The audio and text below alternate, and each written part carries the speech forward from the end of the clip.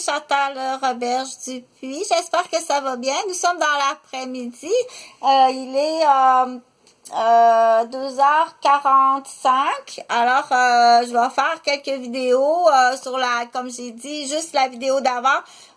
Tout ce que tu mijotes, que tu jugeotes ou que tu penses en intervention ou bien en création, je veux que tu t'assoies puis que dès la première note de musique ou dès la première idée qui arrive, tu t'assois devant la caméra et puis je veux que ce soit verbalisé à voix haute avec ce qu'on va dire des preuves, ok? Donc, Sharpie, je suis en train de passer à un modèle de robe à dessiner, là. Je veux que tu dises, puis tu le présentes comme ça, ok? Le pourquoi, je veux pas tout t'expliquer, mais on sait qu'il y a il y a beaucoup de ce qu'on appelle du vol intellectuel. Donc, ça va du coup te pister pour toi-même.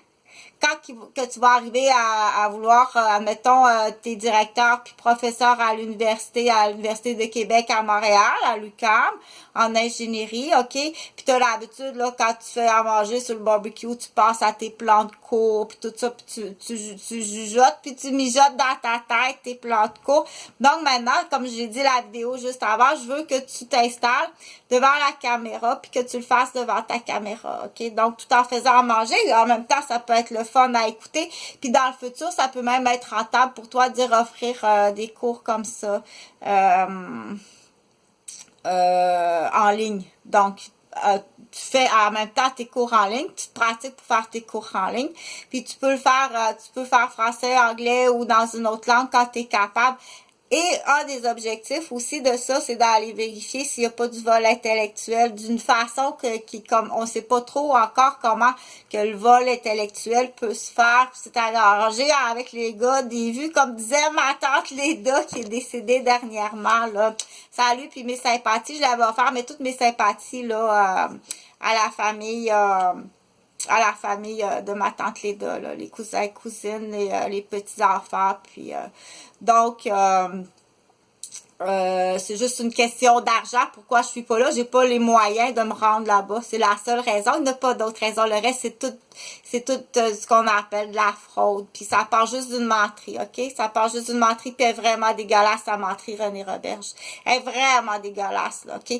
Me faire enfermer dans une chambre en psychiatrie, en acier inoxydable avec 2 gardiens. À partir de là, ce que t'as coûté au contribuable parce que je t'ai pogné en Belzébuth, là, remplacer un policier ou whatever, je ne sais quoi, là.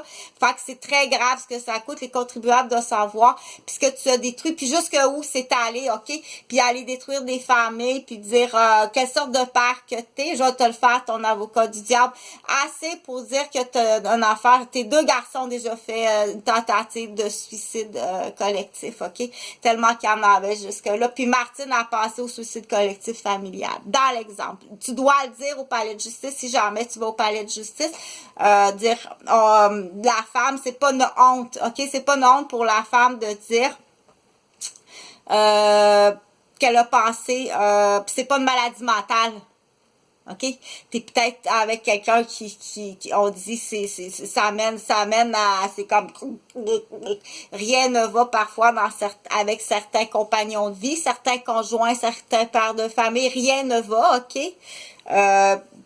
Puis non plus avec la belle famille, la belle-mère, puis donc rien ne va, c'est à fuir, c'est à fuir.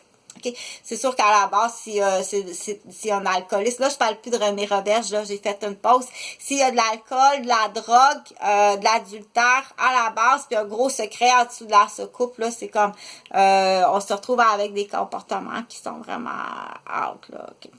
Donc, tiens, je vais comme ça, je vais m'en venir ici.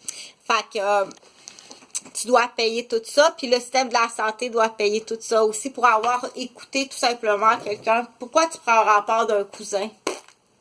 Un cousin qui arrive avec sa veste kaki, tu sais. Il arrive avec sa veste kaki, puis ils savent, là.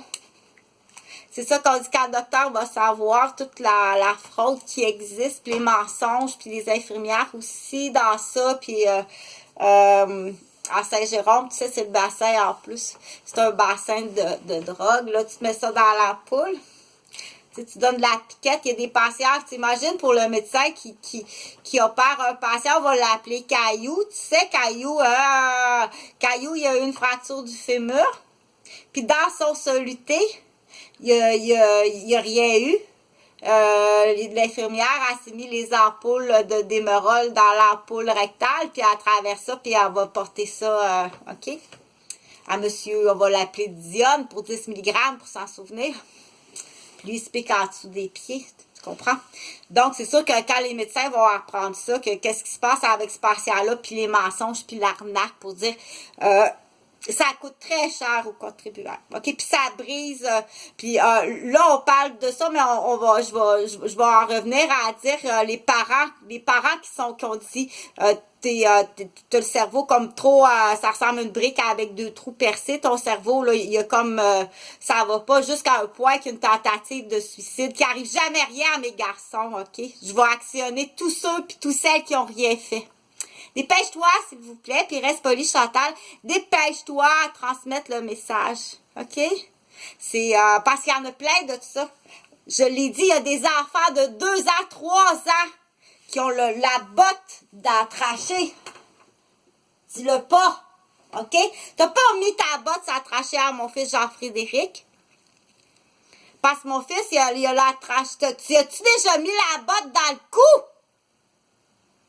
Reste tranquille. Ah, je te le jure, je te fais... OK, bye bye. Je vais l'ouvrir, moi, le soluté.